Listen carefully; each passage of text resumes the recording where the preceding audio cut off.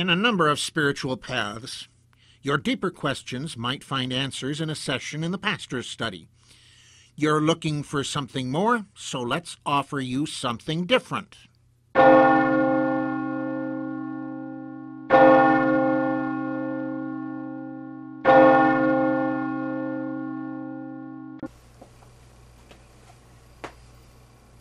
Merry meet, blessed be, and welcome to a very different pastor's study. And today we're not in the study. No, we're in the chapel. Because I'm going to be talking about something that's going to be happening here in the chapel in a couple of weeks. Tempest Smith Day is February 20th. It'll be the 10th anniversary of her death, her passing over into the Summerland. And so I think it would be an appropriate time to make some observations. And I think it would be time to take a little bit more serious an observation of Tempest Smith Day itself. Most of you know Tempest Smith died February 20th, 2001, by her own hand. And the reason was revealed when her mother went through her diary and discovered that she'd been the subject of daily torment at school because she was a Wiccan.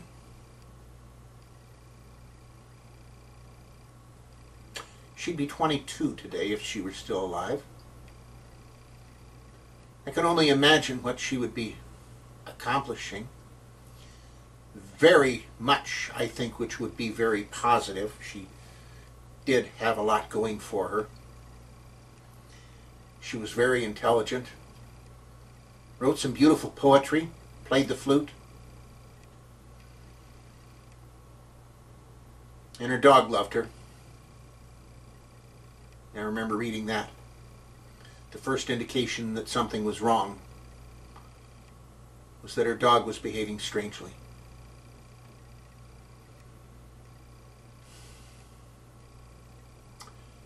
Tempest Smith.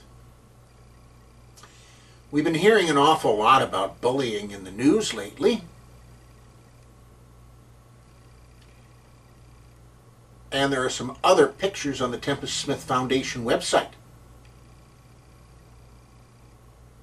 Other pictures besides Tempest Smith. Obviously, we haven't taken care of the problem of bullying. So, there are those of us who see Tempest Smith as a martyr. Yes, she died by her own hand. But what did the people who tormented her expect? Or, for that matter, the people who sat idly by and knew what was going on. Of course, they claimed no knowledge, and they would have their canned apologies and expressions of regret. And at her funeral,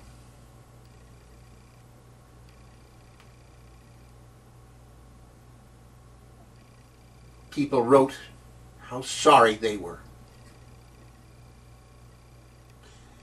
Well, that doesn't bring her back, does it?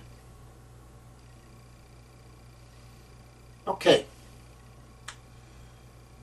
I want to adapt a tradition from somewhere else and put it into effect here. We just got done with Imbolc. Maybe the stretch from Imbolc to Tempest Smith Day would be an appropriate stretch of time. In the Christian tradition, the lead up to the two biggest occasions in the Christian year have a formal lead up. Leading up to Christmas, there's Advent. And, of course, leading up to Easter, there's the infamous Lent.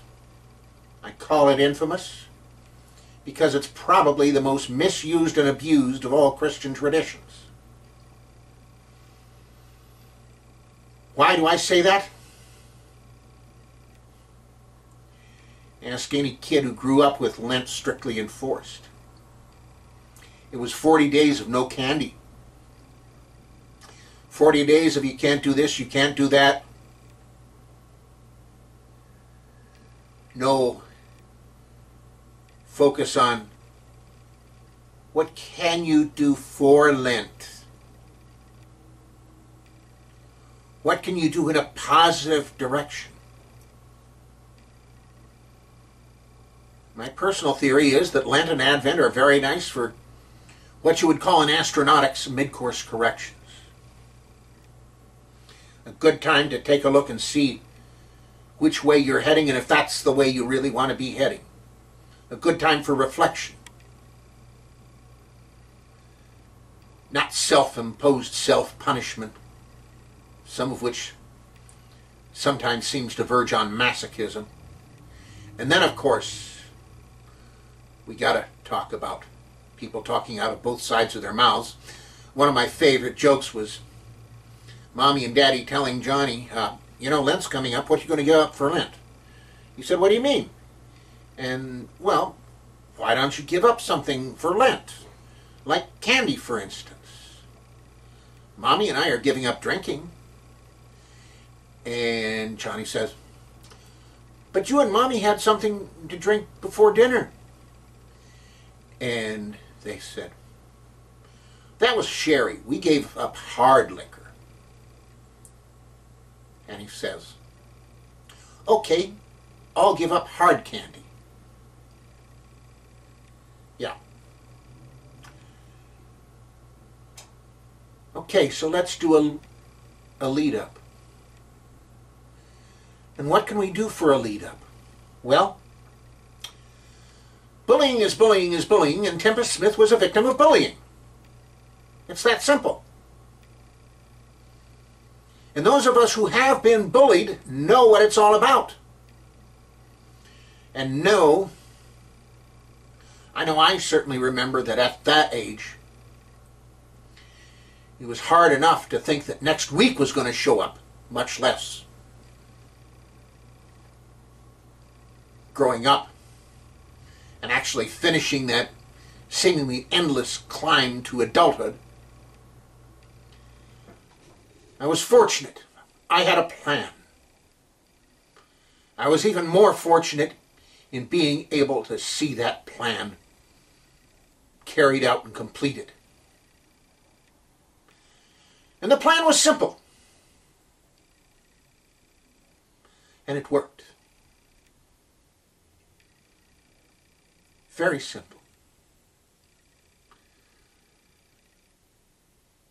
Nothing will cause more fear in the heart of a bully than to discover that his former victim is now his commanding officer. And it worked on a couple of occasions. So, but not everybody can have a plan like that. It would be much better for somebody to be able to not be bullied. Okay. She was a victim of bullying at school. I'll tell you what I did. I wrote a very nice letter to the superintendent of schools, the school district where I graduated. And I asked, what's being done about bullying? I sent that off a week ago, an email. Haven't heard anything back. I did let them know who I was besides Iden Odinson. I did let the superintendent also know that a few names of people I remember. including her predecessor. So she ought to know it's for real, and I'm asking a serious question. But I haven't heard back yet. But I wonder. I hear of a saying that people use sometimes about something being etched in marble. The Greeks had another saying about something being written on water. Now, if you try writing something on water, you'll see what I mean. And yes, on their website, my old school district does have policies conveniently available on PDFs on bullying. Now, here's my question for them. If a Wiccan gets bullied, if a Christian gets bullied,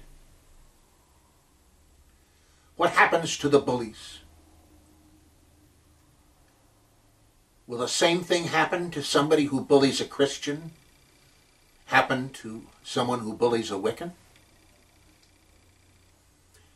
For that matter, recently on The View and in the local papers here,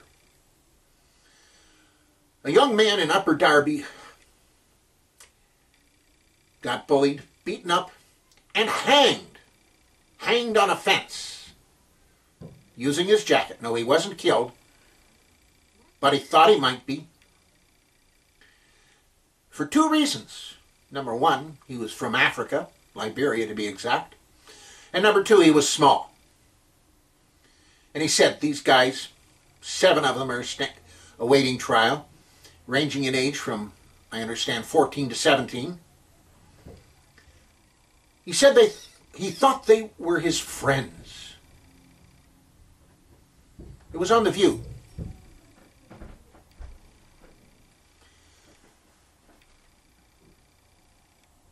So apparently, just within the past week, this remains an issue. Like I said, bullying is bullying.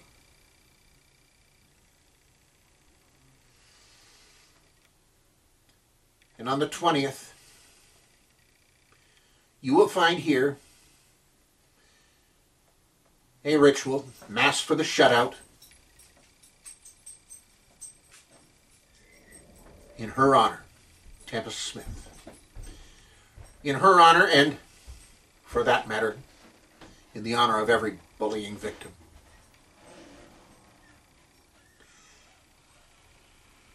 But I wanted to give you some thoughts about the lead up to Tempest Smith Day.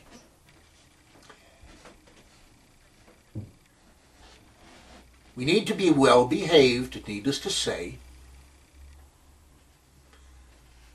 We don't need to be guilty of the same thing we criticize other people of.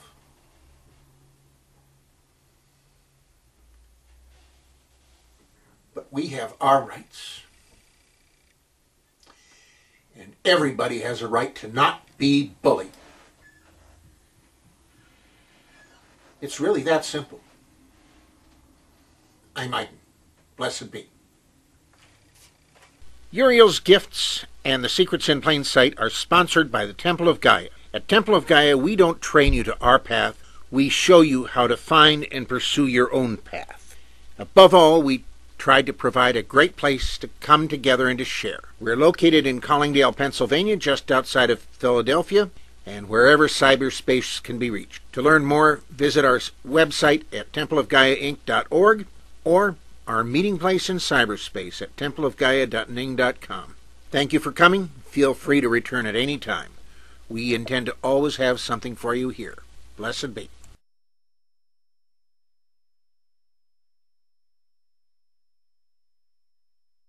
This has been a presentation of the Wise Ones Net. Merry part and blessed be.